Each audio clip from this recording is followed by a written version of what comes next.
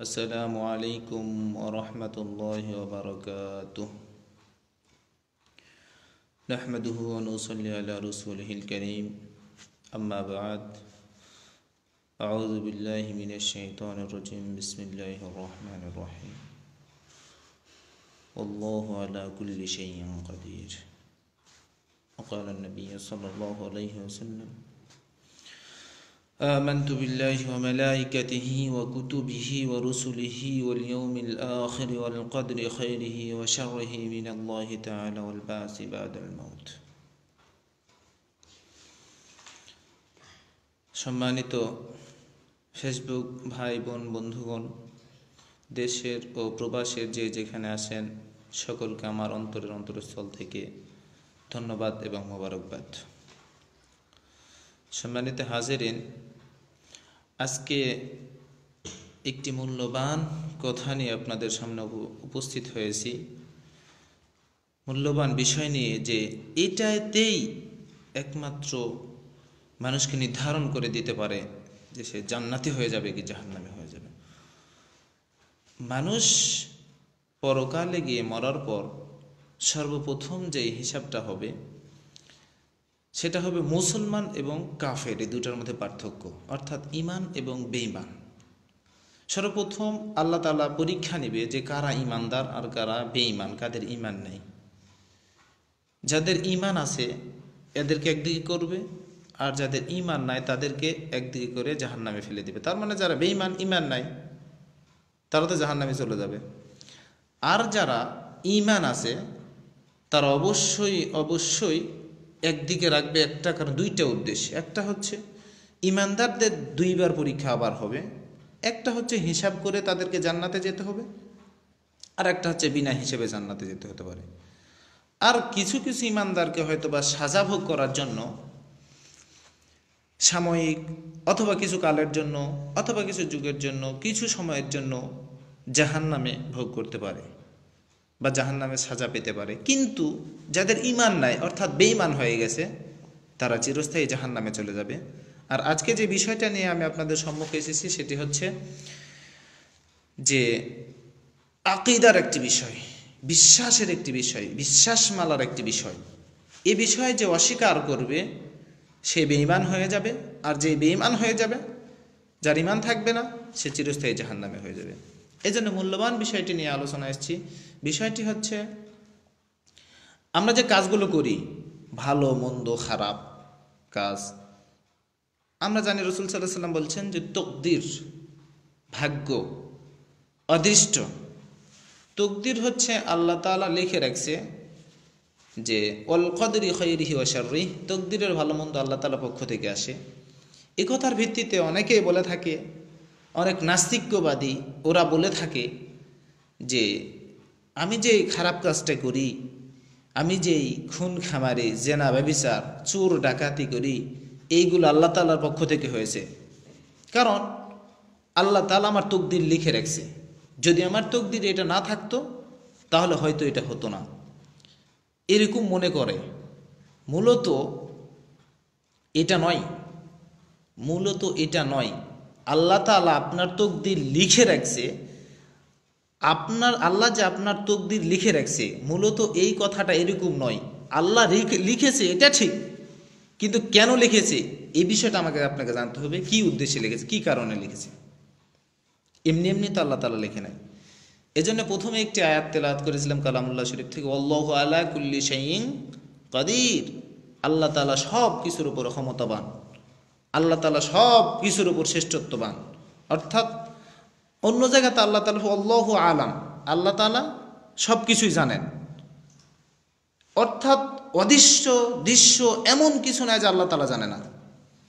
এখন কথা হলো যে আপনি যে খারাপ কাজটা করলেন, এটা আল্লাহ লিখে রাখছে তাই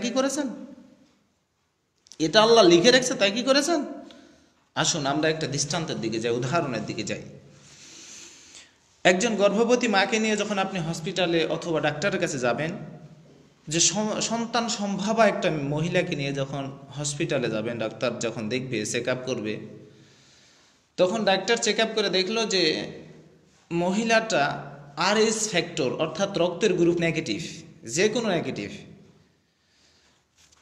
পক্ষান্তরে ওই নারীর যে পুরুষ অর্থাৎ স্বামী, তার রক্ত গ্রুপিং করে দেখলো যে আরএইচ ফ্যাক্টরটি হচ্ছে পজিটিভ।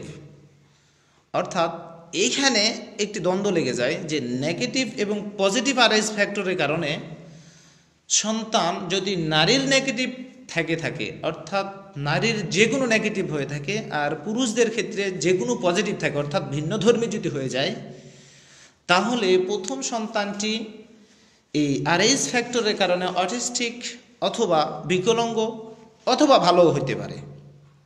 তো ডাক্তার চেক আপ করা বলল সব কিছু ঠিক আছে, আপনার বাচ্চা এত তারিখের দিকে হবে, এবং এও বলল যে আপনার বাচ্চাটা অটিস্টিক হওয়ার সম্ভাবনা আছে। দিয়ে ওনার ডায়েরিতে উনি লিখে দিলেন বা ওনার প্রেসক্রিপে ওনার লিখে দিলেন। এরপরে ঠিক যত তারিখ ডেট দিয়েছিল ঠিক সেই তারিখেই সন্তানটি হলো। এরপরে দেখলো যে সন্তানটি এক চোখ অন্ধ। এখন আপনি লক্ষ্য করেন যে ডাক্তারটি বলল যে সন্তানটি এত তারিখে অটিস্টিক হবে এবং অটিস্টিক হওয়ার সম্ভাবনা আছে, তাহলে ডাক্তারের কথাটা মিলে গেল। আপনি প্রেসক্রাইবটা পড়ে দেখতেছেন, এখন আপনি যে প্রেসক্রিপশানে লিখে দিয়েছিল ডাক্তারটা, সেই জিনিসটা পড়ে দেখেছেন, এখানে ঘটলো কি ডাক্তারের সাথে মিলে গেল। এখন আপনি কি ডাক্তারের যে কলার ধরবেন, যা বলবেন যে বেটা ডাক্তার তুই লিখেছিস তাই আমার সন্তানটা বিকলাঙ্গ হয়েছে, তুই বলেছিস তাই এত তারিখে আমার সন্তান হয়েছে, এজন্য ধরবেন নাকি?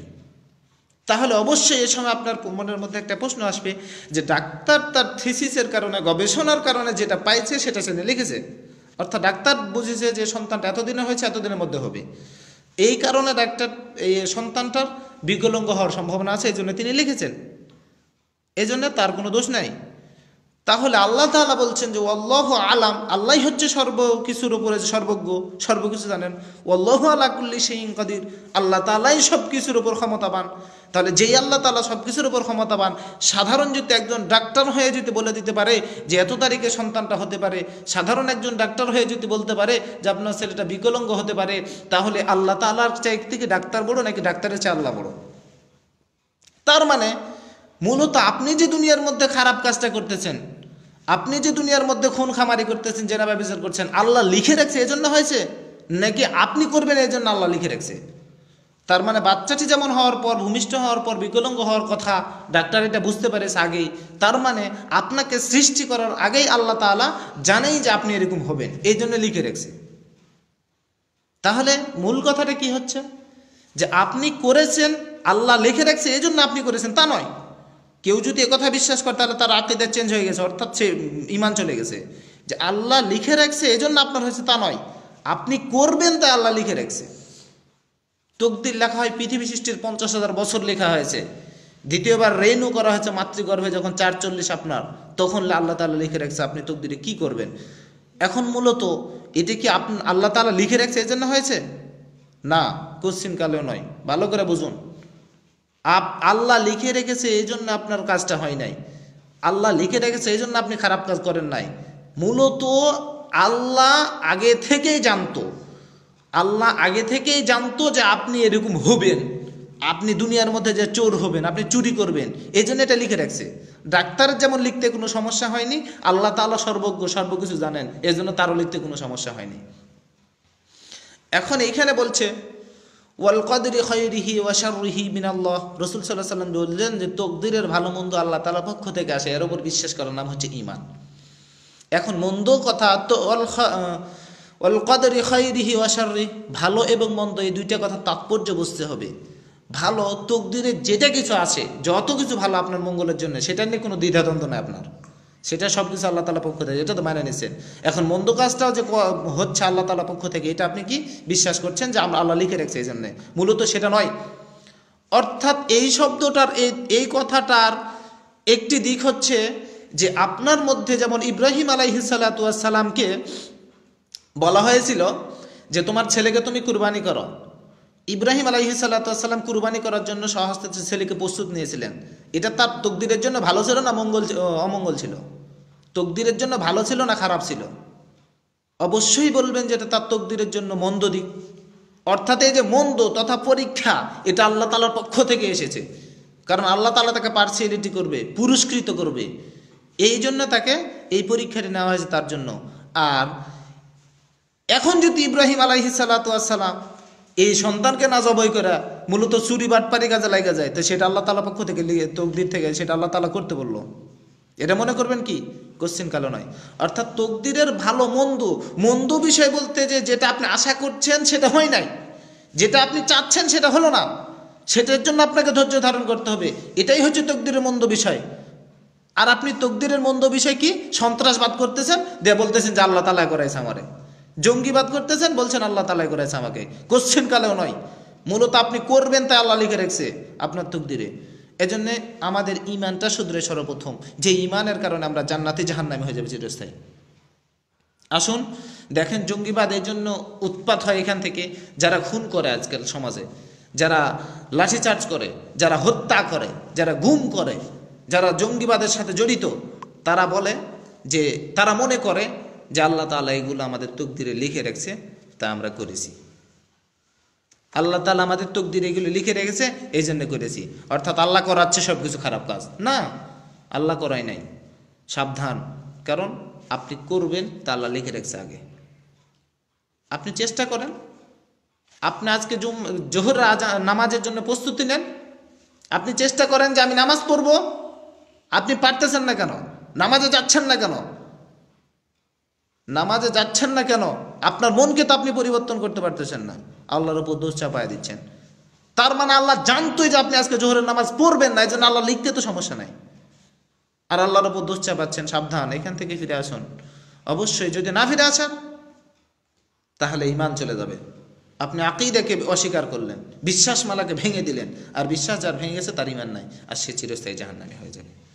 ভাই দোস্ত বুজুর্গ, আজকের বিষয় ছিল যে আসলে আল্লাহ তাআলার পক্ষ থেকে খারাপ কাজগুলো সংঘটিত হয় নাকি না, কোশ্চেন কালেও নয়, কারণ খারাপ কাজ সংঘটিত হয় আমাদের নিজেরাই করি, এটা আল্লাহ তাআলাই হ্যান্ডেল করে লিখে রেখেছে। আমরা নিজেরাই করি খারাপ কাজ, কিন্তু মূলত আল্লাহ তাআলা সেটা লিখে রেখেছে যে আপনি কি করতেছেন পৃথিবীতে, এটা আগেই লিখেছে, কারণ আমাদের সৃষ্টির আগেই আল্লাহ তাআলা জানতো যে আমরা এই কাজগুলো করব। তা আসুন আমরা ফিরে আসি, এরকম আকীদা বিশ্বাস থেকে ফিরে আসি যে আল্লাহ তাআলা করাচ্ছে খারাপ কাজ, এরকম আকীদা আমরা পোষণ করব না। আল্লাহ তাআলা আমাদের সকলকে তৌফিক দান করুক, আল্লাহুম্মা আমিন। আর সর্বোপরি বলি যে জঙ্গিবাদের বিরুদ্ধে অবশ্যই আমাদের তৎপর হতে হবে। জঙ্গিবাদ একটি জাতিকে নষ্ট করে দেয়, সন্ত্রাসবাদ একটি সমাজকে নষ্ট করে দেয়, সর্বোপরি ইসলামের সবচেয়ে বড় ক্ষতি করে। আজকাল ইসলামের রূপ ধারণ করে জঙ্গিবাদেরা কাজ করতেছে, ইসলামের রূপ ধারণ করে জঙ্গিবাদী করতেছে। তার মানে সন্ত্রাস, জঙ্গিবাদ যে রূপ ধারণ করতে সে জাতিটাকে ধ্বংস করে ফেলছে। এজন্য আসুন আমরা জঙ্গিবাদকে না বলি, জঙ্গিবাদের বিরুদ্ধে তৎপর হই। সর্বোপরি আমরা আকীদায় ফিরে আসি, মৌলিক আকীদায় ফিরে আসি। আল্লাহ তাআলা আমাদেরকে তৌফিক দান করুক, আমিন। ওয়া আখিরু দাওয়ানা আলহামদুলিল্লাহি রাব্বিল আলামিন। আসসালামু আলাইকুম ওয়া রাহমাতুল্লাহি ওয়া বারাকাতুহু।